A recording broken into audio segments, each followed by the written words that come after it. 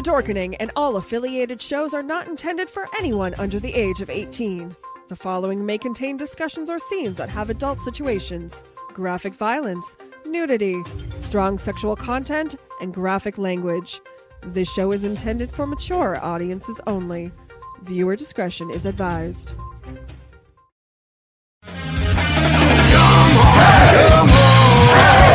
Step it off, break it down and lose it. Come on, follow us to the new revolution. Come on, step it off, break it down and lose it. Come on, follow us to the new revolution.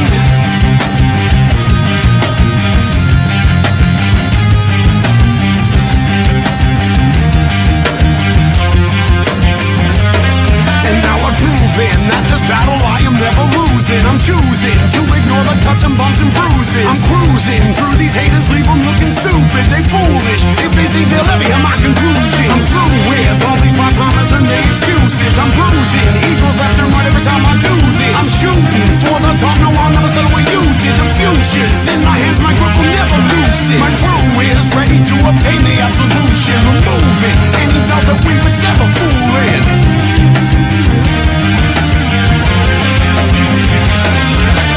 Come on, step it off, break it down and lose it. Come on, follow us to the new revolution. Come on, step it off, break it down and lose it. Come on, follow us to the new revolution. Rise and shine, my sinners. When Father Evil starts his day, he gets a little deadly. Deadly Grounds coffee has the richest, smoothest flavor you'll find anywhere. It's sinfully delicious. Once you go deadly, you never go back. Order yours at getdeadly.com. Coffee's so good, it's scary.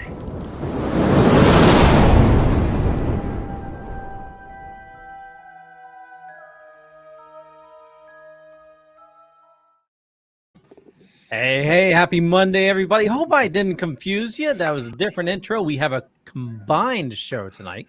We're doing a special thing, and it's going to be awesome. But my name is Leo. I'm the monkey behind the keyboard. And as always, my good friend Philip, how's it going from Dark Discussions? Pretty good, Leo. Thanks for having me once again, and looking forward to tonight's show. Totally. RW's joining us. How's it going, bud?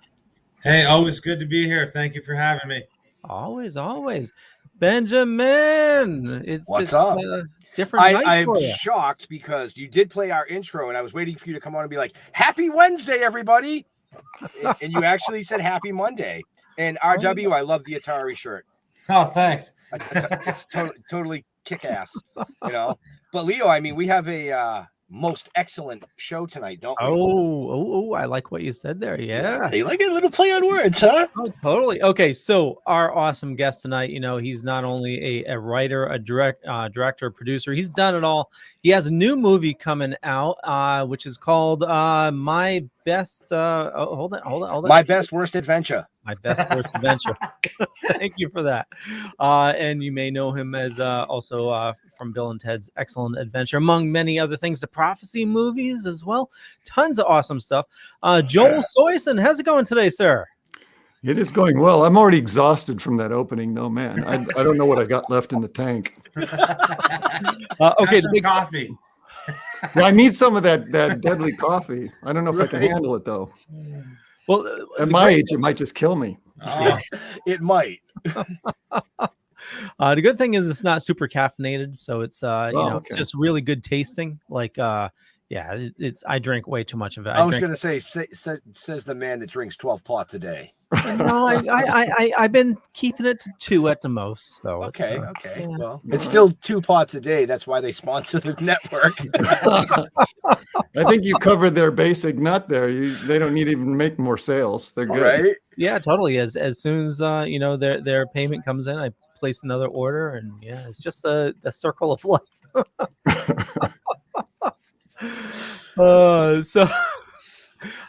Joel, why don't you tell us about My Best Worst Adventure? It's the most terrifying movie you'll ever see. No, sorry, that's not true. It's actually a bit of a what you'd call a detour career-wise. I just had done so much slaughter in my life that I wanted to go a little more subtle on this film, and I think we're getting pretty so far rewarded for it by the critical community. We're 100% on Rotten Tomatoes, Yeah, I and saw that. I'm just dreading the bad. You guys are going to do it too. You're going to give me a bad review just to take me down off my little Hell no. temporary pedestal. Because Give me a second here.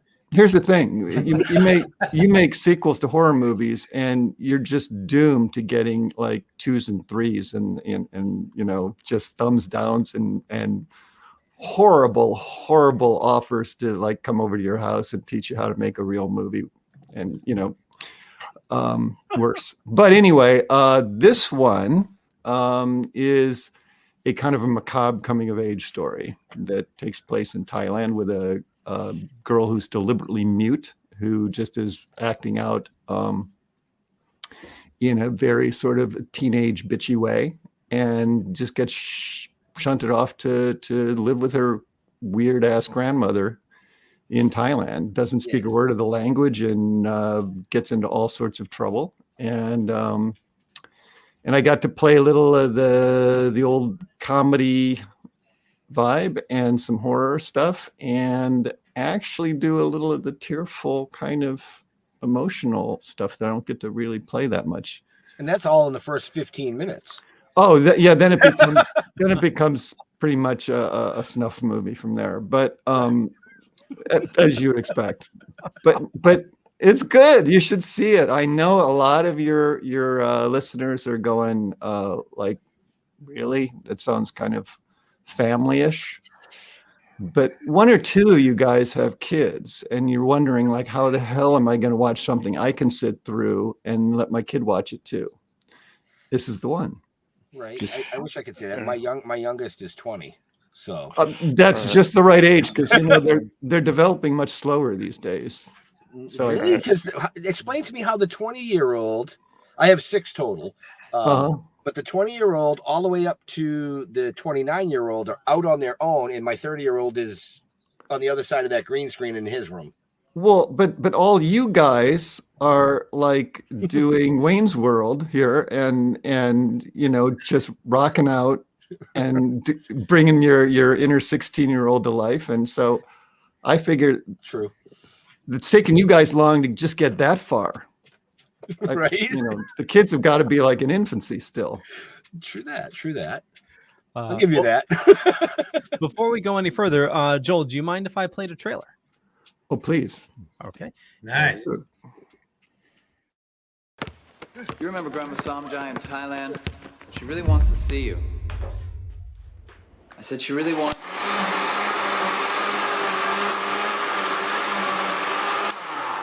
I said she really wants to see...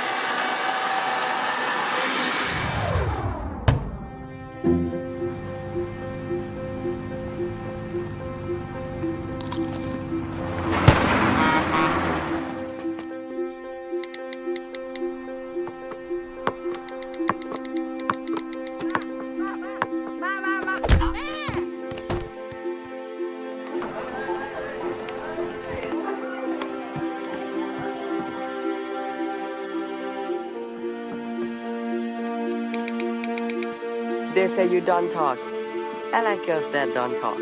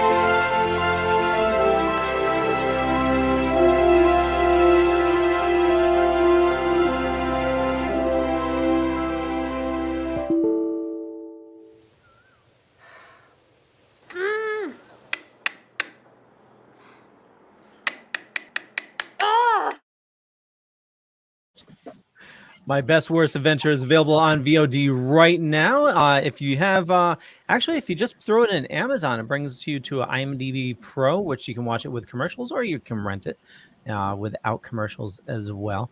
I prefer without. Because, I say rent it. yes. Yes. Don't agree. Exactly.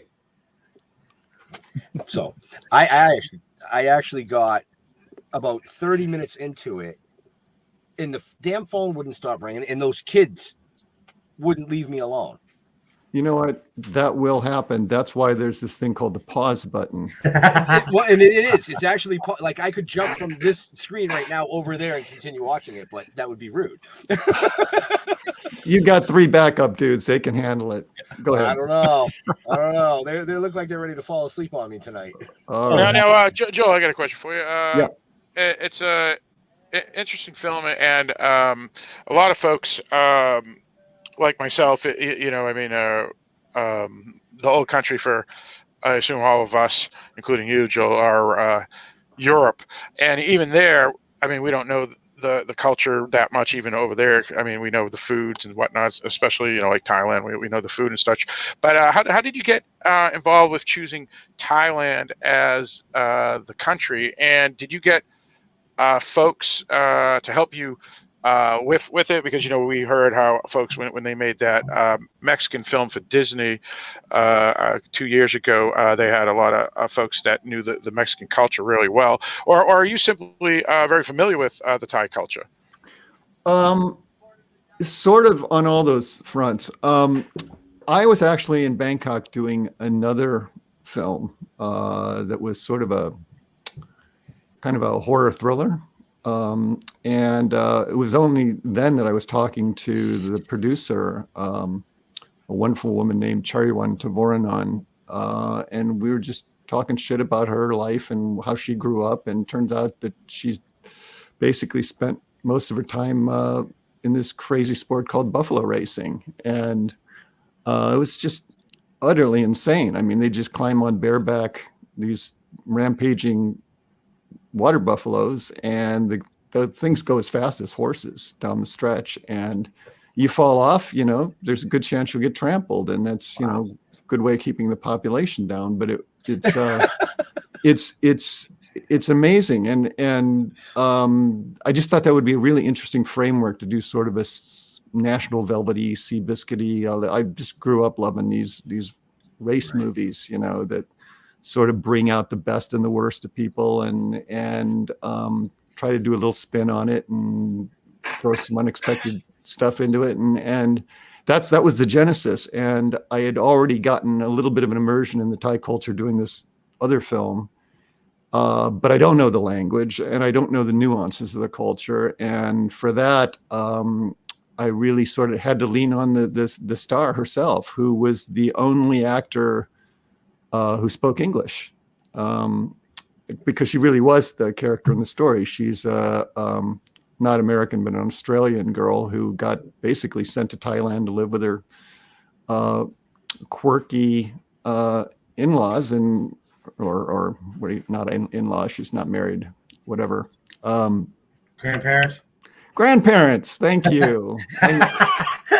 I love having a word filler following me around.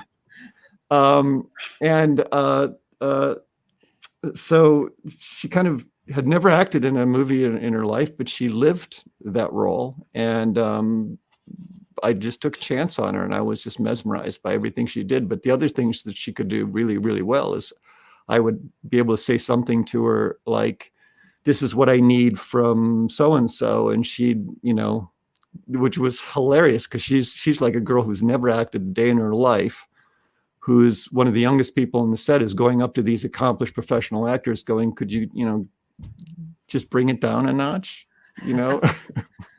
Wow. And for some reason it worked, and everybody was in a good state of mind, and everybody brought their A game, and I just was very, very lucky, and nobody fell off and got trampled, which was even luckier. Now, obviously, you've been writing, producing, and directing for a while, so I guess my question is kind of piggyback off Philip's. But I know I'm from Vermont, so I live in Vermont, and they don't film a lot of stuff here because it's too expensive to film in Vermont, because Vermont won't do anything to help you out. So in your experiences of writing, directing, producing, and being in different places around the world, was Thailand relatively inexpensive to film in? Yes. I mean, it was incredibly friendly for the filmmaking community. You didn't have to, hire people. You just bought them. And then that is horrible. I should have never said that. And that was perfect. I absolutely, I'm expecting you to cut that out. I don't know how you do that in a live broadcast, but there has to be some sort of a way to do that. No, they're I can't say enough positive about the culture and the fact that, they don't make a lot of money and they don't demand a lot of money to do great work. And like I found out working in Eastern Europe was very similar. They're artists. They're not kind of commercial filmmakers. They look at film as a gift. And that's something that really inspired me. I mean, they get by with so little equipment. We shot almost all the day scenes. In fact, exclusively without lights. And the whole way that they knew how to shoot a film, and I needed to get this sort of wrapped around my concrete Western brain, is that you use the sun. And so you block the day, you clock around to the sun's movement, and that's how you figure out the day's work. And you get this wonderful effect of natural light that's always, regardless of where it's really supposed to be in the scene, it's always sort of just perfectly like slightly off angle behind you, just limbing the face and it's just beautiful. And I wish I could translate that way of working into my work in the States, because we bring out the firepower. Yeah, look at that. It's just, thank you for that. It was for an old guy like me to learn some new tricks was really part of the thrill of making the movie. And you said she's never acted before?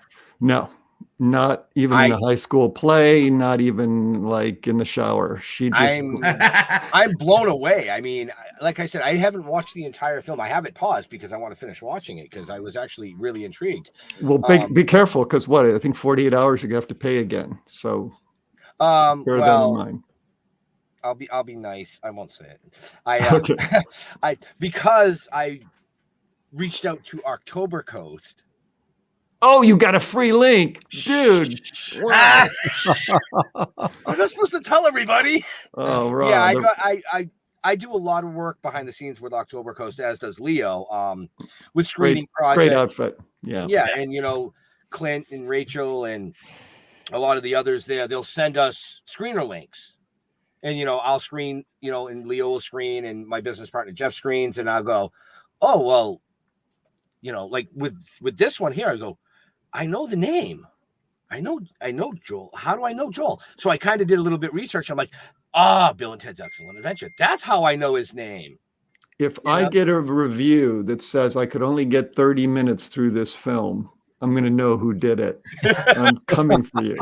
Just know that. Yeah, but it wouldn't be because I didn't appreciate the film. It would be because I keep getting interrupted. All right. As long as you put the blame where it deserves to lie, that's fine. It is. But and, all right.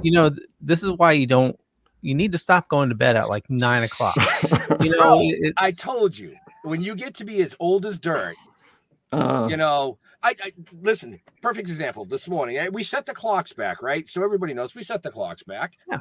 So this morning, my brain goes, hey, time to get up. My bladder's going, bro, you really need to get up. My body's going, oh, man, don't get up. I look at the clock. It's 4 a.m. I'm like, why am I up? My brain says it's 5. Oh, man, you're singing the song of my life. I can't believe that. Right? Wow. It's what happened. Leo, see, you're almost there, Leo. Yeah, but I still stay up till 1 o'clock in the morning because the day never ends. Coffee. It's all the coffee. I know that's cut back on the cut the coffee commercial. This perfect opportunity. Cut back on the coffee, right? I mean, tell them RW, Phil, cut back on the coffee, and you probably will go to bed like a normal person.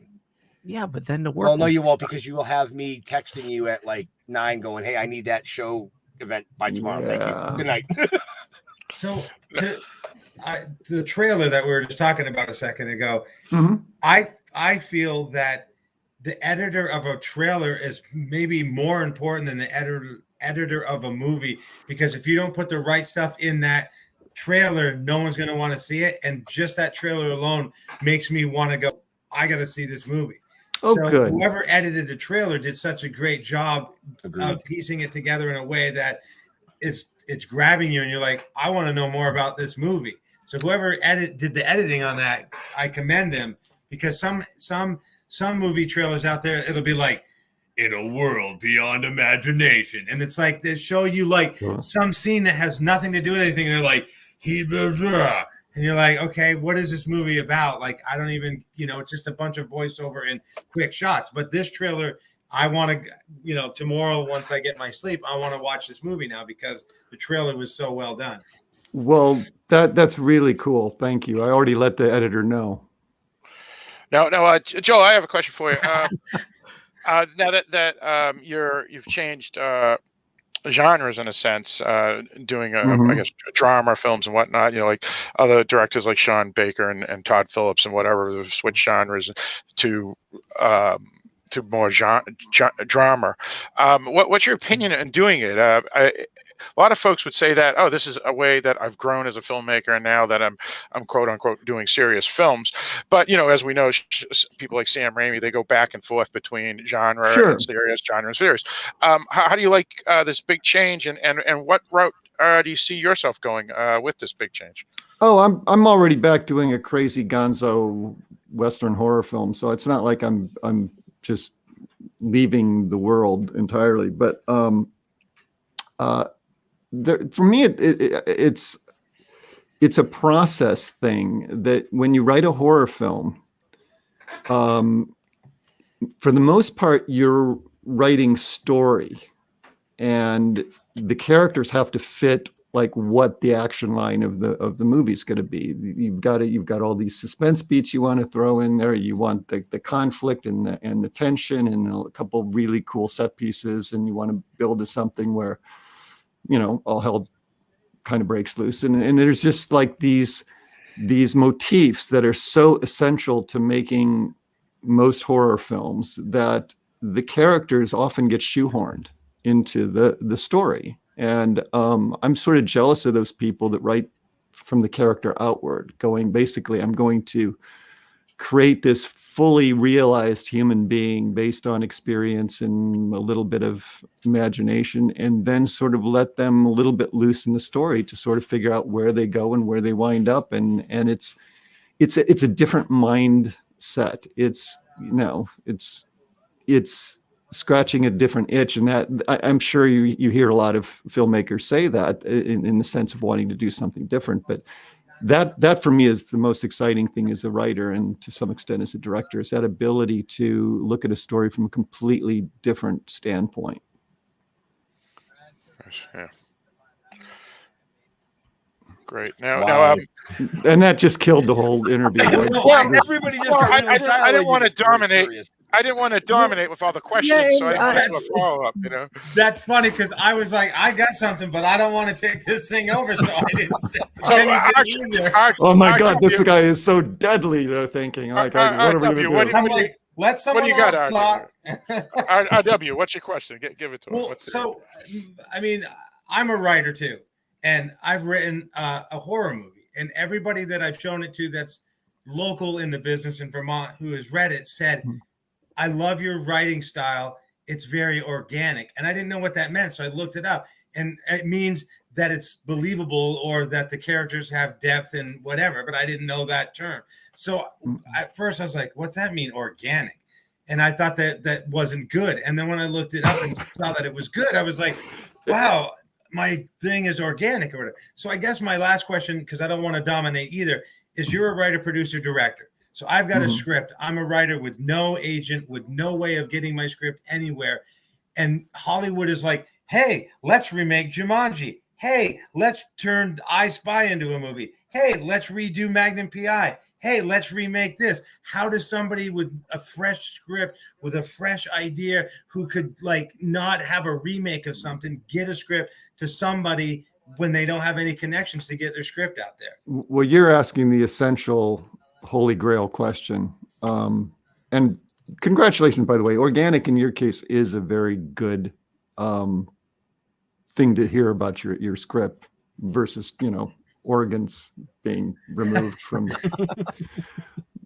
chest cavities and things. But the trick has always been getting the money people, whether it's the studio executive or the person with the money, the investor, whoever it is, interested in your work instead of his own or her own. And it's a heavy lift because most of the time, as one could see if they hazard a look at my own IMDb page, it's full of sequels and remakes. And for that exact reason is somebody goes, I want a new version of this already proven success. Right. So that I'm not risking much at all. And what I want you to do is be incredibly creative and do some just awesomely original stuff and not vary from the theme or the story or the characters one iota. And so you're going, well, yeah, that's a little tricky. But once in a while, you do get somebody to kind of wake up to the potential of something new. I mean, going way, way back to the dark ages. I mean, that was how Bill and Ted got made. It was an original script that was left untouched by all of the studios in town. And yet everyone who got their hands on it called it one of the 10 best scripts they'd ever read. And it was just a matter of time, really, before somebody had the balls to just take a chance on it. And so time is one of the great magical essences in this. And the other is just making sure that the people who read your script and give you feedback aren't friends.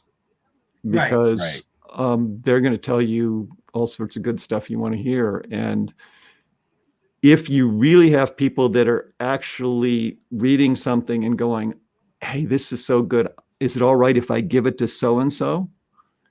That's when you start creating this chain reaction effect that's just very much like a nuclear explosion, that if, it just radiates outward and outward, outward until somebody goes, I'm going to make this film. Right. But it's hard to shoehorn people. It's hard to cajole them. If you really do a sales pitch on somebody and they get all excited, they're going to wake up that next morning and go, fuck, what was I thinking? Right. But if the idea comes, forgive the term, organically to them, then you have a chance that they're going, hey, I'm calling you because I think this is good. Right. And I'm sorry, I don't have any great magic bullet explanation besides that, is that just if it's really, really good or if it's really, really like something that they've seen before. Yeah. That was successful. One of those two is kind of how things get made. And for those who really want to break in the business and just want to get a couple screen credits, people are always looking for ideas for successful sequels to successful films, rather. Right. I have 20 credits on IMDb, and in 2015, I met Richard Hatch, who played Apollo on Battlestar Galactica, and was talking to him briefly about something. He saw me because I cosplay, and he saw me going by his table all weekend and said, he called me over and said, you, my friend, have some talent. And I was like, yeah. And he's like, no, listen to me. My whole life, besides having the gift of acting, I can look at somebody and say they have it or don't, and you have it. And then he asked if I knew how to write. And I said, I created this TV show. I won't go into it, but I explained the TV show to him. And right then he's like, here's my email address. I want to help you get this thing on the air. But the one thing he didn't tell me was that he was dying of cancer. So I wasn't really taking my sweet time. I was just trying to figure out the things that he needed me to do and how to get them done. And it was too late because Richard had passed away. but that's the first person I've ever found in the entire, Hollywood thing or whatever that looked at one of my things and was like, I believe in this guy. So it's like it was a one-shot deal, I think, and now Richard's gone. Well, that can actually just still be the catalyst to a career. If somebody that you don't know actually gives you that kind of feedback, then I think it's solid and it means something. And there's so many things. The not to make light of somebody dying, but that's just so much what the film gods specialize in. I had a film that was years ago completely financed by an independent investor who was all ready to go, and then his son got kidnapped in Mexico, and the ransom that they wanted was pretty much the exact same amount as guess what? So we didn't make that movie. But Junior got out, and all I'm thinking is, why wouldn't you just sacrifice this kid who didn't belong in Mexico in the first place, and I'm sure was up to no good? Why just make the damn movie? But you can't think that way. It's just you move on. You just keep plugging. All right, Ben, it's your show. It's your question. Oh no, this is a compilation show. So you mentioned Bill and Ted's Excellent Adventure, which is one of my all-time favorite movies. But before we get into that, another favorite genre of mine, you had your hand into a Highlander sequel. But this here, you had to do something really difficult. You had, at that time, you had fans of the movies and you had fans of, at that time, a successful TV show. And you had to merge the two by bringing Adrian Paul and Christopher Lambert in it. How did that go about? Rockily. Is that a word? I'm a writer. I don't even know if that's a word, but it is now. Yeah, I was good. Okay, thanks. That's another one thing we aspire to, is having a word wind up in the dictionary. But or sniglets. Is that yours? No. Back in the day, there was a series on HBO called Not Necessarily the News, and they had a book called Sniglets with all these weird words that people would make up. Oh, okay. Rich Hall. I missed that. But anyway, that was exactly what that was. It was a merging of the TV series, which I had never seen a single episode of, and the original Highlander, which I had only seen the original of, and only that because the writer of that film, Greg Wyden, was a buddy of mine. He was the one who actually wrote and directed The Prophecy that I did some years ago, and so I was working for Bob Weinstein at the time, and kind of got shotgun married to a duo named Davis Panzer, who owned the franchise, and they had their ideas. Bob had his ideas, and this incredibly devout fan base had their ideas, and that was a real needle thread, threading of a needle. Anyway. To my mind, it didn't come out all that well, but I did enjoy the idea that I got to put Connor McLeod and Duncan McLeod against each other in a one-on-one death match, of which there could only be one victor. And we created this move that once you got locked into this sword move, that there was no way that you could disengage without one of them losing their head. And I just thought that was absolutely the coolest idea that could only be thought up by somebody who knew nothing about fighting and sword play.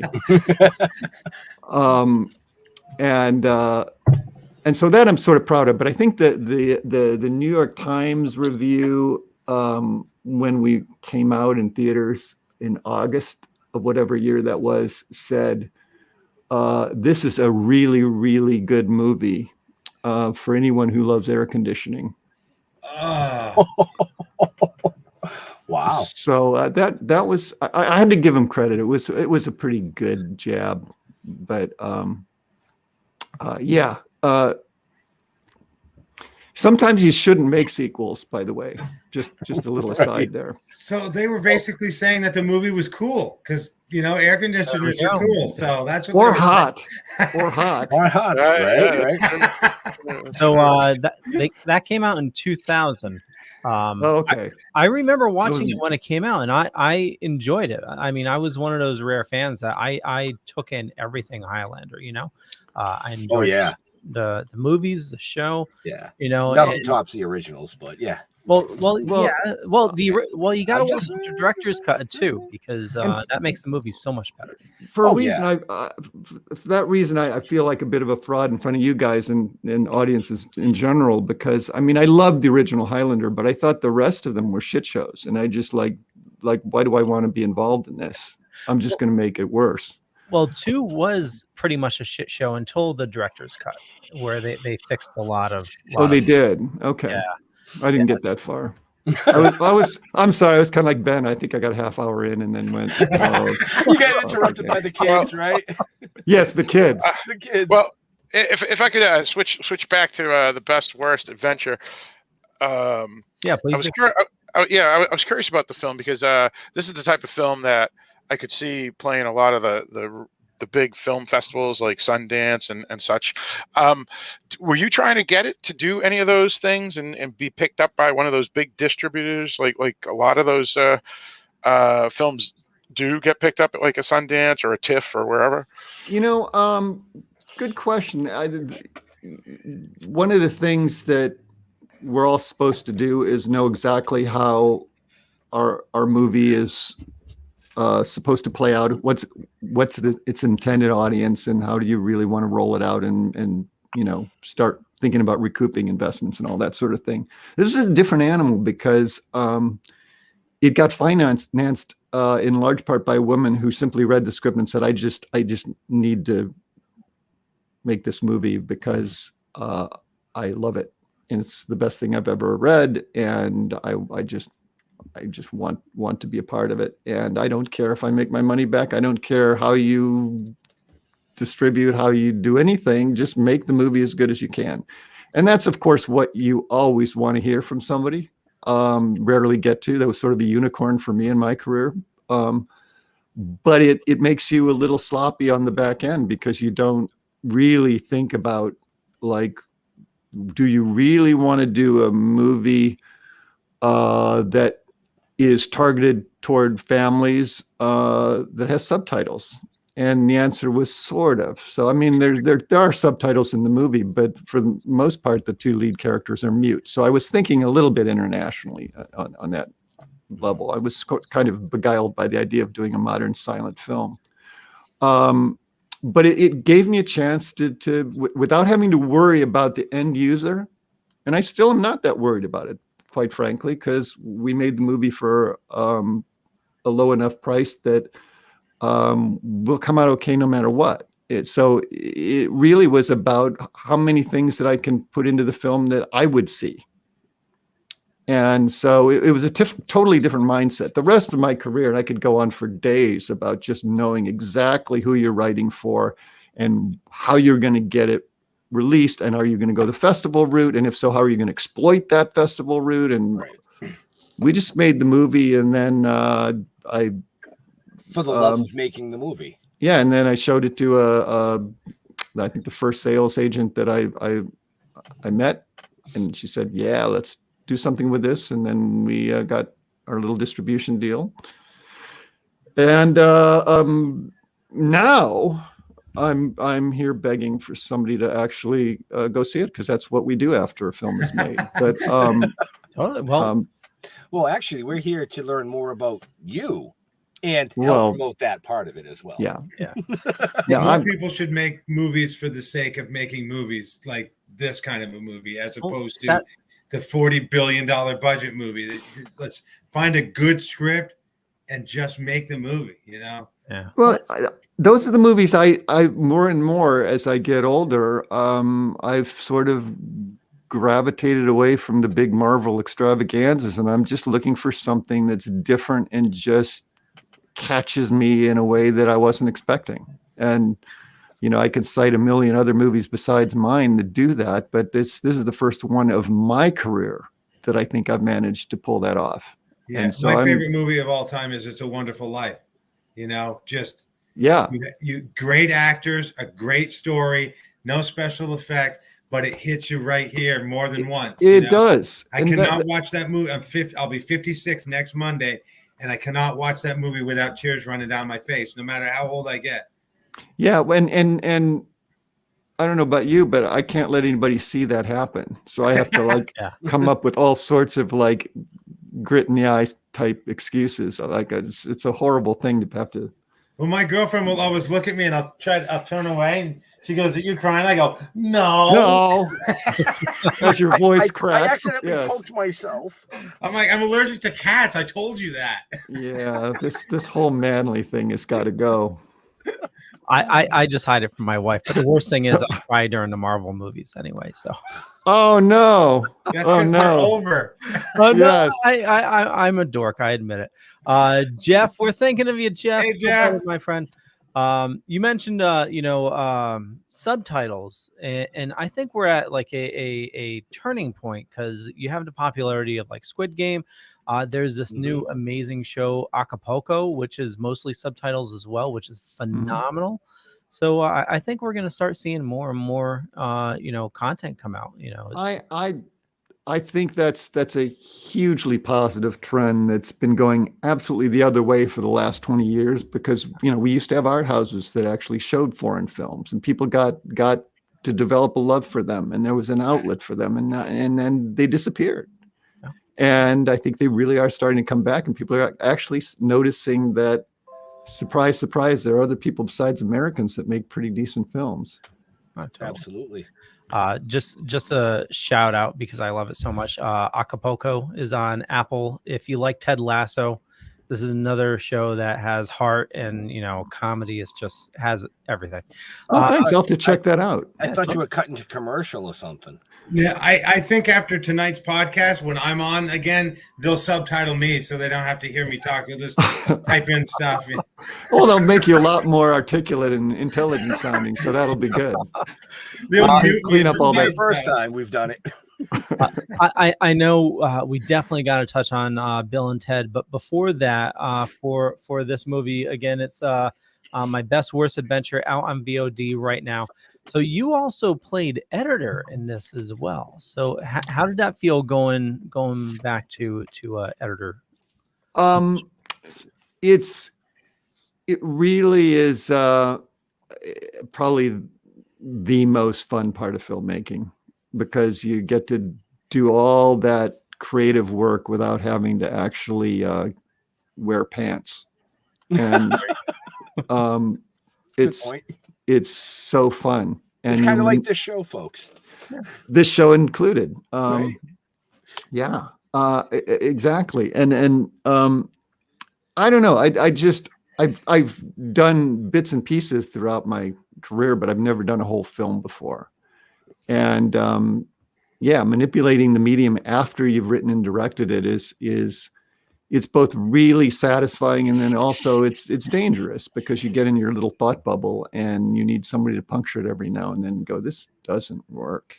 I mean, it didn't work on the page, it didn't work in the scene, and now it still doesn't work. And then you jettison it, move it on. But still, it's at the end of the day, at least for this film, it was super rewarding. Couldn't recommend it enough. Angel stole a question of mine. So what are you using to edit? Adobe Premiere Pro. Yeah.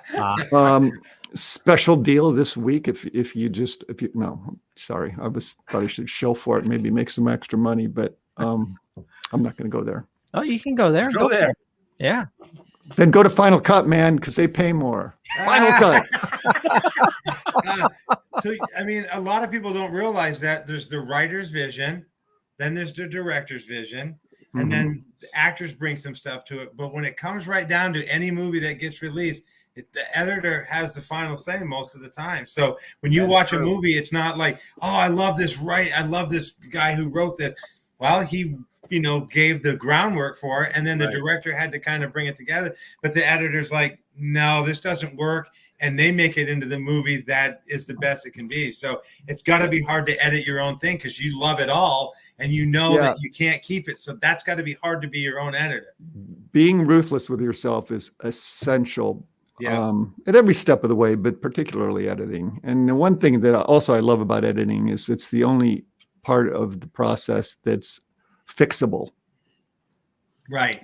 You know, if it doesn't work, you recut and recut and recut, and nothing is in stone. Like in the old days, you were like, it was harder because you were cutting film. And then when you went and cut the negative and then decided you were going to change it, it all got messed around. But now it's just too easy. Yeah. I love your comment about Final Cut. So I use Premiere, but I've been trying to do more with Final Cut. And for those of you looking to get into it, Final Cut is Apple only, but Apple just dropped the price of the Mac Mini. It's down to like $6.99. Wow. Will you stop with pushing the Apple products? I enjoy Apple products. You know, it's me too. Applesauce, apple pie. But other than that. It's even cheaper if you get it in tandem with Hell's Coffee. What's it called? I'm sorry. Deadly Grounds. Deadly Grounds. Oh, yeah. So just remember that. Special 2-for deal. Yeah. So Bill and Ted, how did that come to be?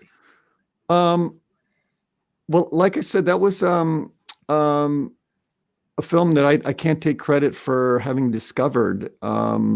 It was floating around for like 10 years, I think. No, let's say 5. Felt like 10 years. By the time it landed, I was working with Dino De Laurentiis, who you have to be over 50 to know who that my favorite dude on the planet. He's 1976. He's Giada's. Say more. He's Giada's grandpa. Yes, thank you for bringing context to this story. Yeah. Appreciate it. I fell in love with it. I had a producing partner at the time, Michael Murphy, and together we convinced a very Italian-centric company to make a movie that was intrinsically American, and that was, I think, a real exercise in brinksmanship. I was very proud of pulling that off. We made the film, of course, and they just, with the exception of Dino's daughter, Raffaella De Laurentiis, who is brilliant and wonderful and amazing, she supported us in the film, but everybody else in the executive offices there just dumped on it, hated it, just thought it was like one of the worst films ever. So it got off to a rocky start, but fortunately, audiences actually picked it up. And, you know, it's that thing I was talking to RW about, is like, you know, just word of mouth is essential at every step of the way. You know, just get one person to tell somebody else that this thing is not nearly as bad as you guys think it is. Just watch it. And that's what people did.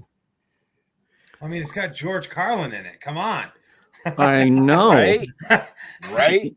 Yeah. Not to mention Fee Waybill. Come on. Who? All right. So, I thought with all that like headbanging music you had in the beginning, you guys would jump on Fee Waybill. But no.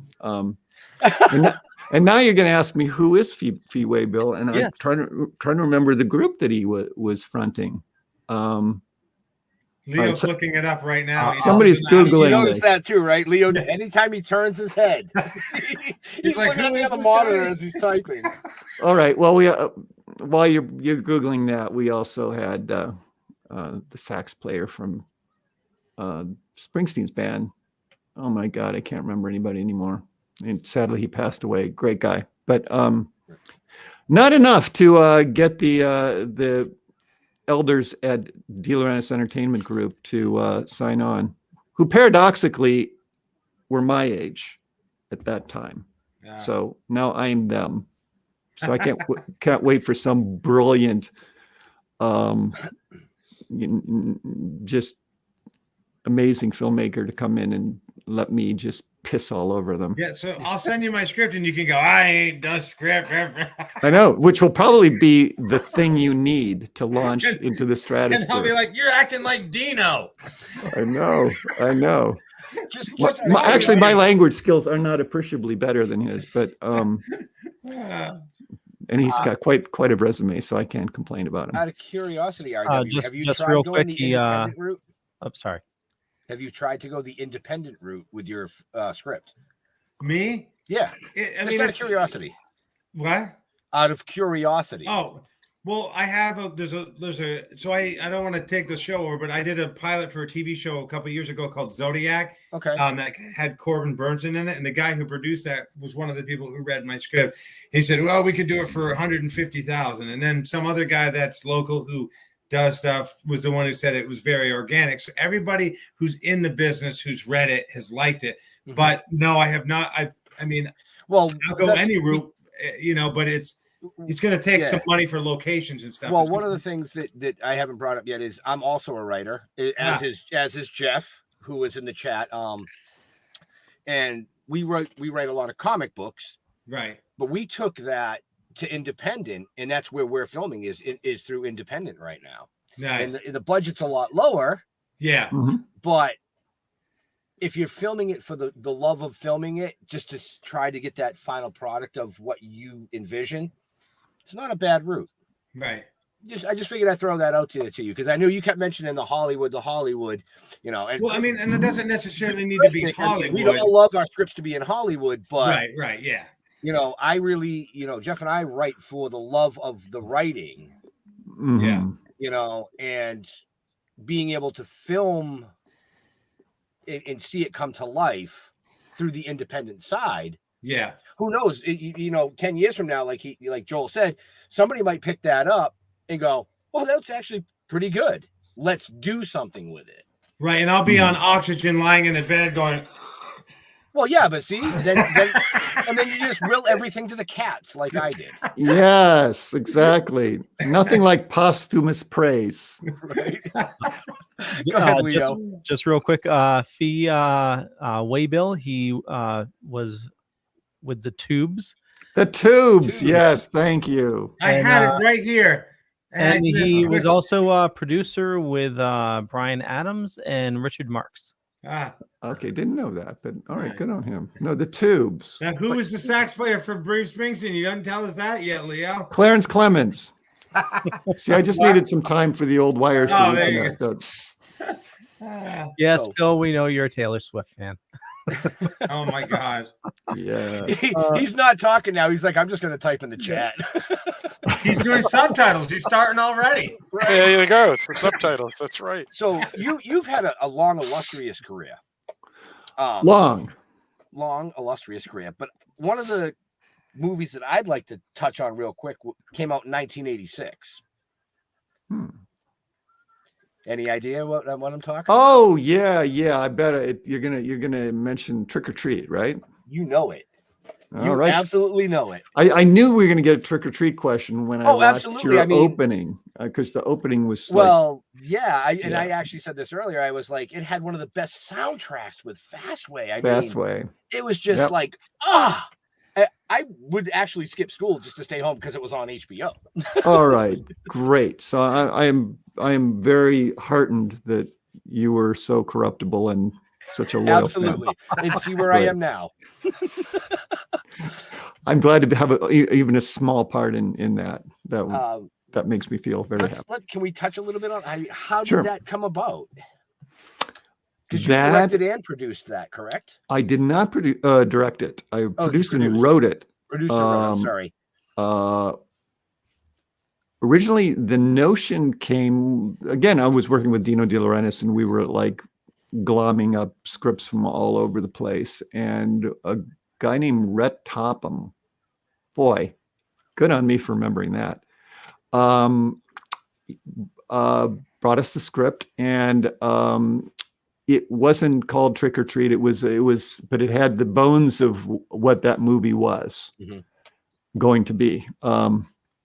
And we basically sort of tore it back down to the foundation and built a new house on top of it. But the underlying concept was Rhett, which was this poor sort of misunderstood outcast kid who finds refuge in heavy metal, and his heavy metal god dies and comes back through some supernatural means to wreak havoc on the world. So that was the concept we ran with, and then sort of developed outward from there. And it became never crazy successful in its day, but it had the longest legs of probably any film that I've been involved in. I still get people like 30 times a year just going like, that movie changed my life.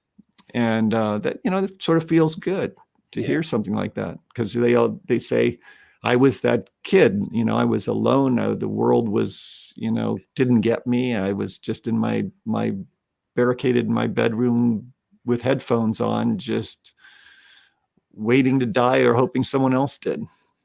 See, I got yelled at for not having the headphones on. Oh yeah, because he wanted. Yeah, no, that's cruel. I just turned it up, and I used to get yelled at for not putting the headphones on. Yeah, no, that's just parental abuse. A little bit. Well, hey, it goes both ways. It does. It does. But yeah, that was kind of a little alchemical. I wasn't expecting it to be anything more than sort of a confection, but it hit a nerve. And we started off, by the way, the whole reason that I wound up with Dino De Laurentiis was we had just finished, my producing partner and I, producing Nightmare on Elm Street 2. Mm-hmm. And Dino called us over and said, I want a movie with Freddy Krueger, but not Freddy Krueger.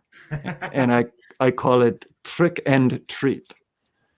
And, Dino, you sure it's not trick or treat? No, trick and treat. So, he was one of those guys that wanted everything, mm-hmm. right? So he didn't like having to choose, I guess. But we end up, at least we won him over on the title. And then we made the film. Charlie Martin Smith, who is only really known as an actor, like Toad in the cruising film, whatever that American Graffiti. Thank you. But he also was in Buddy Holly's Story. And I loved him in that film where he was alone in the Arctic eating mice. Come on, somebody's gonna help me with that. All right. Anyway, he was Googling it. But I thought he did a really good job, and what he brought to the movie. He wasn't a horror guy. Right. He was kind of like me at the time, not really that into horror, but what he was is a human guy. He loved human stories, and I think he's the one that sort of brought the heart that sort of transcended all the gags and the gimmicks that we put into the film. Never Cry Wolf. I think. All right. Yeah, that's it. Yeah. Philip of Dark Discussions comes through again in the clutch. Back in the day, there used to be a peanut butter called Kugel, and the commercial was like, Randy, Google it one more time. So now it's Leo, Google it one more time. Right. Yeah. Wow. Well, I'm glad I'm not the only one stuck on ancient obscure trivia. Thank you. Well, I was kind of just I was looking in the comments, so I didn't have time to Google, because Angel just said he found a DVD copy out in the wild with Simons and Ozzy on the cover. Oh, for Trick or Treat. Gene Simmons and Ozzy Osbourne. Yeah. Oh, yes. Those two guys were fun to work with, but I really loved Ozzy. He was so cool. Nervous as hell to be in front of a camera. But, really? Oh my God, sweating and trembling. He was such a sweetheart. That wasn't the camera. That was the drugs. It could have been. No, it could have been. No, he was just the sweetest guy. And then Sharon was the one who was like, no, Ozzy doesn't want to do that. Oh, okay. Ozzy will do this. Okay.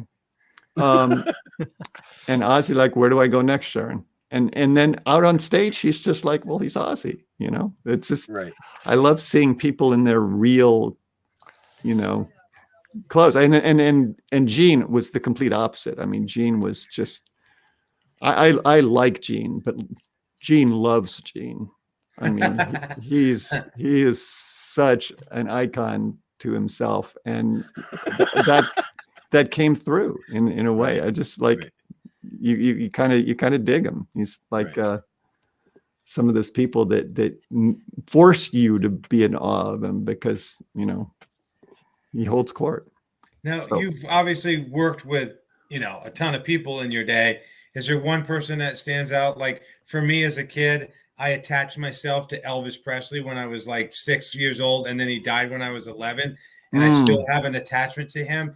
And like, it's just, there's just something about Elvis Presley. I don't know what it is. I can't explain it. Do you have an Elvis Presley that you worked with that just like is like the person that you can't believe you worked with? Yeah. With Elvis. Well, there's quite a few, but I guess would have been the first movie I ever wrote, which was Lillian Gish. I don't know if anybody knows who she is, but Yes. Oh, yeah. I do, but I like refresh. I know the name. one of the three greatest actors of the silent era. Oh, okay. And she did. I've only recently rediscovered her. I mean, just because I'm becoming a nut for silent films because they're so amazingly expressive. But oh, that's right. She was in The Night of the Hunter. Yeah, that was. and great. then she had a little second coming in Night of the Hunter. Exactly. Yeah, which yeah, if anybody has not seen that movie, Charles Laughton's only directed film. and he should have done more because I thought that movie was brilliant, and everyone in it was. What's his face? Mitchum. Wasn't Mitchum? Thank you. Yeah, Robert Mitchum. Yeah. Beef. What's for dinner? Yes. No, that's Garner. Sorry. No, that was Robert Mitchum. He did Beef. What's for dinner? I'm telling you, I know it. Yep. Oh, okay. I'm not going to argue. You've been right so far, so I'm not. Yeah. But it's a running joke on my podcast. Whenever we do a film with Mitchum in it, I always put that cut in every so often when we talk about them. Yeah, just to be funny. But she was 98, I think, when I worked with her. Yeah, because she passed away in 99 when she was 99. Yeah, and just still, I mean, it was a dog awful movie. In fact, it was a dog movie. Now I think about it, it was about like a little incredible journey with a dog that goes cross country. That's all you need to know. But and that O.J. Simpson takes the dog from New York to Philadelphia, I think, in his truck. So that was exciting. But otherwise, it was just being around a person that is just walking film history. I mean, this woman had seen and been and done pretty much everything the world had known about movies up until the time I got into the business. So I talk about jaw drop awe. I was totally entranced. And then everybody else since has kind of been cool, but not that cool.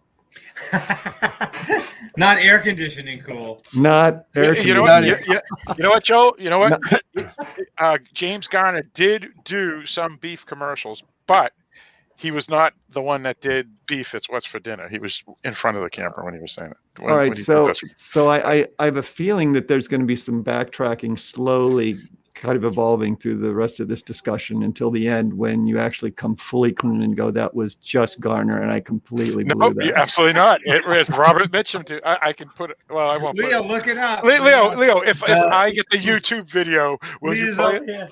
No, because then we'll get taken down. Speaking of backtracking, you mentioned Ozzy, but Ozzy's son is making quite a name for himself in the paranormal community. What, really? Yeah, Jack Osborne. He has a bunch of different shows. Shows, yeah. Yeah, I'm not following those kind of things too much. The reality stuff. Oh, I'm addicted to the paranormal shows. I absolutely love them. Okay. Angels. Have they ever found anything paranormal on any paranormal? I mean, there's like a 3 years running Bigfoot show, right? And they still haven't found Bigfoot. I mean, how long are people going to watch this stuff? Yeah, well, because they keep on the Bigfoot one. They're now saying he's like an alien. Oh Jesus! Oh my God! I watched one show and they're like, "We have There's a thermal." script for you. Oh my God! It's they have a thermal camera where it looks like Bigfoot, but then they shine their light where it is, and he's not there.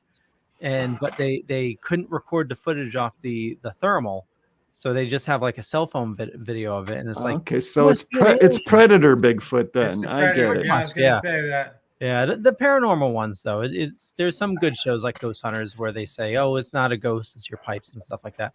But Angel was asking, how is it being attached to working on The Prophecy, one of my favorite 90s films, mine as well, and working with that awesome cast? It was incredibly awesome. That's probably my favorite cast I've ever worked with as an ensemble. And particularly Walken. I mean, needless to say, that's an event in itself. I mean, the guy is as weirdly fascinating as everyone has made him out to be. But he's not a fraud. It's not made up. It's truly who he is, and it's what makes him so cool. I saw him once in California. Know what he was doing? He was walking. That's all he did. and then the beauty of it is you'd be walking with him or riding. We had long trips through the desert to get to our locations, and he was mostly silent on these drives, but every now and then he'd just like look out the window after like 40 minutes of silence and just go, dinosaurs. And then just go silent again. I loved it because you never knew, you know. That is so awesome. I'll say what someone else said about Ozzy. It's probably the drugs. I heard stories about Walken and all his buddies back in the day. So yeah. Well, I am not. I saw that you got the little. Nobody under 18 is supposed to be watching. So my only thought about drugs is they're terrible things unless you can handle them, and if you can, then there are very few people I think that truly can do that. Not saying any specific person, by the way, but I was impressed by some of those people who did manage to get through their careers and were just creative, juggernauts. Yep. Yeah, I mean, you think of some of these people and how much stuff that they lived as long as they even did. But, yeah. Well, I mean, it's just like you can do all the cautionary tales you want about how awful drugs are, but then there's Keith Richards. Yeah. He looks pretty good for 18, though. You got to admit. I mean, he's ravaged, but he's still laughing at life. I mean, and really fine. So yeah. Anyway, agreed. Just say no. Yeah. That's all I have to say. Unless you can handle it. Yeah. Unless you and then still say no. Yeah. And you should. But it's. I mean, not to turn this into that, but it's just He's a shame. Preserved. It's a shame how many people we lost. Like Belushi and River Phoenix, and I mean the list goes on and on. We could sit here all night with that list. Yeah, it's just very, very sad. But I know it is, and I shouldn't be making light of it. So you'll cut that out too, which is good. It'll be the Donner cut. We'll do the Donner cut of the. We should do the Donner cut of Highlander too. I was promised a 30-minute delay on this. I hope that was. Oh, did they say 30-minute? Sorry, we meant 30-second. Our bad. I promised that. That was not in my email. Speaking of that, I know we're running a little bit late, so I apologize for that. We are. Unless anybody has any other questions, I just wanted to ask one thing last with Bill and Ted. Is there a story that you can look back and think of that's little known? We don't want you to reveal anything that's not public, but like a little known story that not too many people know about. I know that's redundant, or something interesting.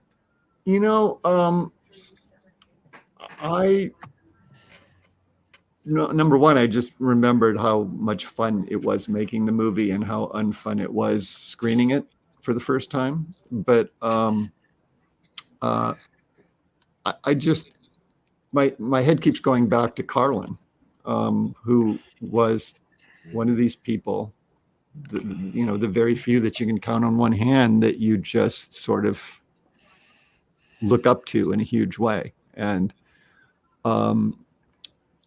even when he had shot our film, for those who haven't seen the film, shame on you, number one. And number two, he's the guy who's sort of the guy who orchestrates everything. He comes from the future to help rescue these two sort of lost souls and make them famous rock gods in the future. But he had such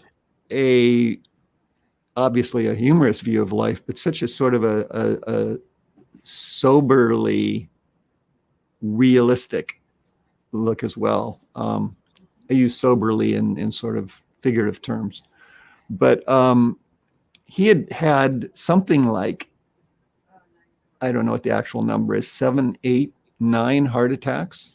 Oh, wow. By the time he was on set, he knew that his days were so limited. Wow. That he could drop dead at any second. And, it's a cliche, I know, and I'm going to fall right into it, but It could have been the drugs.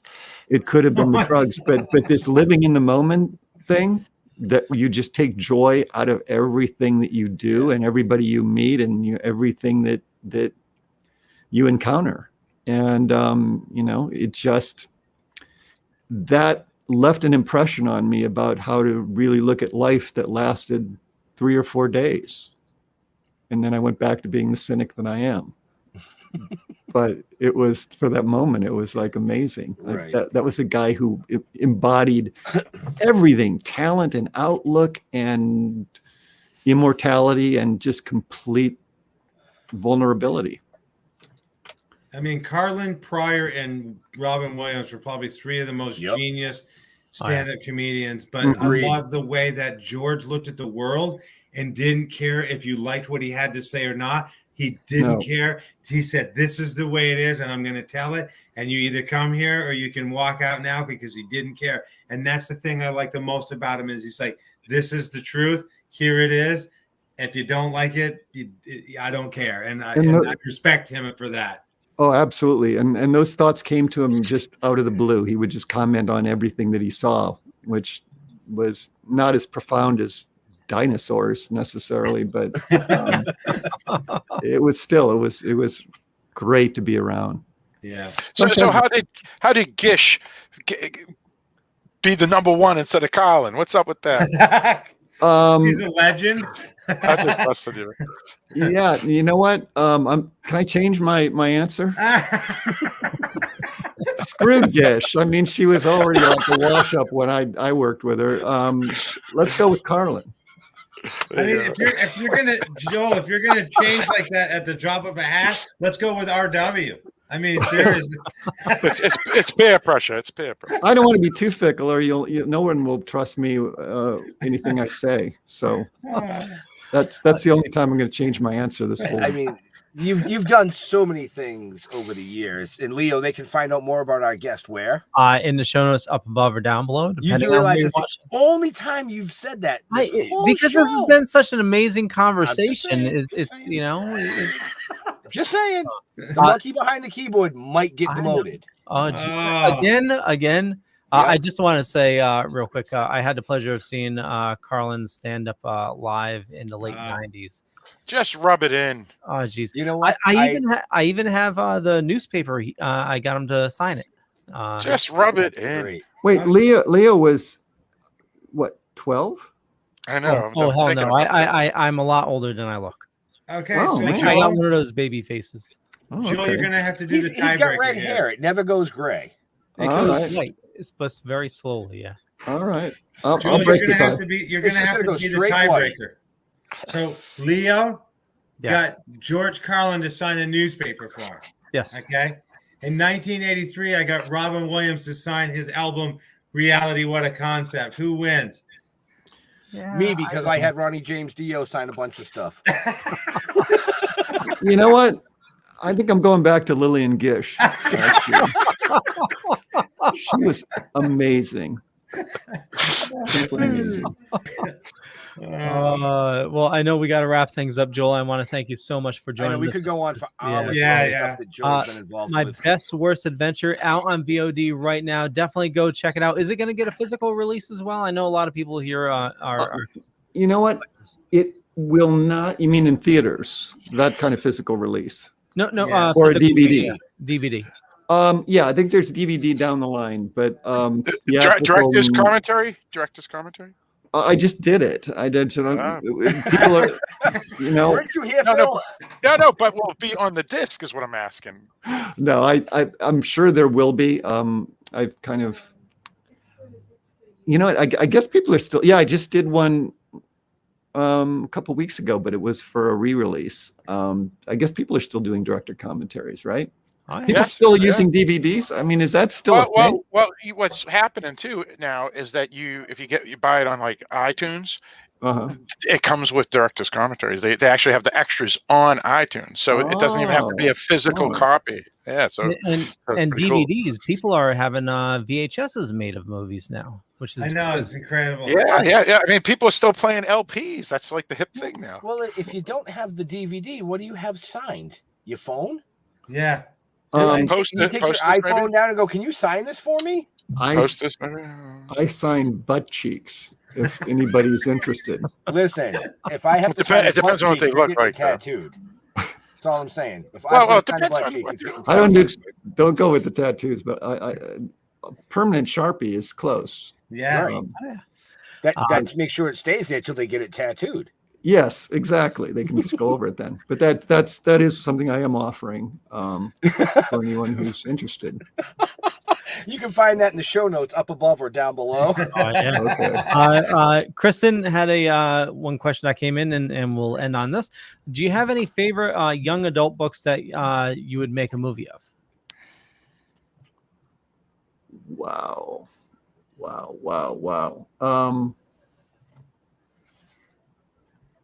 I'm writing one, but until then, there will be no best young adult book out in the marketplace.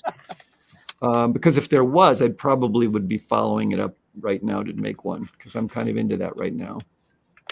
But no, do you have a fave? I do not. Phil, do you have the only YA books I read were the Hunger Game books, and those were pretty solid. Yeah, I haven't gone there actually. I only remember the books from my own youth that if I throw this out there. Yeah, well, the Hardy Boys, right? I used to read those. Those were pretty awesome. If I throw this out there, someone's going to do it, and then I'll be like, that was my idea. But the Three Investigators, I don't think have ever been done. I've never even heard of it. Oh, that's the Alfred Hitchcock ones, right? I think so. The Three Investigators, they had like a clubhouse in the trailer in the junkyard or something. Yeah. That was Alfred Hitchcock. Yeah, Jupiter is one of the names of the characters. Yeah, that's a Ben's great looking series. at me like, what? Yeah, I know exactly that's what you're talking about. I'm just trying to figure out how we got to young adult books. Well, they are young adult books for our age now. Young adult books are like our age. Young adult books now are what? Playboy. No, it's like the Hunger Games catalog. So we're gonna end this interview stumping the interviewee. I love that. There we go. Yeah, it's not our fault. It's one of our listeners. It's one of our listeners. It's her fault. Paul's gonna get off and he's gonna go look it up. Yeah, well, there's gonna be a part 2 of this little thing. Oh, totally. Well, called the do-over interview. Yeah, there you go. Joel's like, I wasn't prepared for this. No, I would turn this thing around.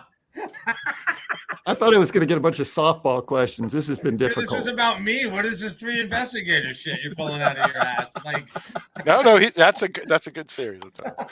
All right. Who invited this guy? Well, we'd Young love to adult have is you not back. pornography. Who invited this guy? Jesus. No, I'm talking about me. He's saying, who invited this guy? Wait, am I already getting hammered on the interweb? I mean, that usually doesn't happen until my movie comes out. It's. I'm telling you, it's all the drugs, dude. Okay. We're just gonna play the game. Okay, I'm gonna get this train back on the tracks, and we're gonna end this. I want to thank everybody for watching this fine evening. My Best Worst Adventure is available on VOD right now. I urge you definitely check it out. And I have all the information shown us up above or down below, depending on where you're watching or listening to us. Just throw it on Amazon. You can find it there. You have an option with and without ads. You can definitely check it out. So, Joel, where do you like people interacting with you on social media? I have I'm not very good with social media, but I do have a Twitter page, which is I think it's my name at Twitter or something. The @ goes in front though, right? I can't remember. It's twitter.com/Joel Soisson. And actually, I have that link in the show notes. I also have your Twitter for My Best Worst Adventure. Your IMDb, yes, and we also have a Facebook page for My Best Worst Adventure. Hey, and one thing, we're getting a lot of great reviews, as I mentioned, but it also helps to have people go on and like things, I guess. Yep. I feel like the guy at the restaurant when you leave going, make sure you like us on Facebook. I don't even know how that works actually, now that I think about it, but yeah, see the movie first, and if you don't like it, then you're free not to like it. But if you do, just give it a little, those things or whatever they do. Yeah, That's exactly what it is. Totally, and leave a nice comment, on Amazon as well. And I liked it as just recently. RW, where do you like people interacting with you? If you go here, officialrwmart.com, at the bottom is links to everything that you need to know about me, and that's probably the easiest way. Cool beans. Philip. Yeah, folks can go to darkdiscussions.com, or they can go to Dark Discussions Podcast Facebook group, and they can just find me also on Facebook. Benjamin. Stilltoking.com. Is that true? It's the easiest thing to say. Stilltoking.com. It shows everything that we're involved with, everything that we're doing, everything that's coming up. We want to thank Joel for coming out tonight. The third time's a charm. Yeah. I was getting excited. All these missed opportunities. Right. When Leo closes out the show, Joel, just hang tight for 1 minute if you don't mind. Okay. I know it's probably getting time for dinner, but is this where I get the free coffee or what?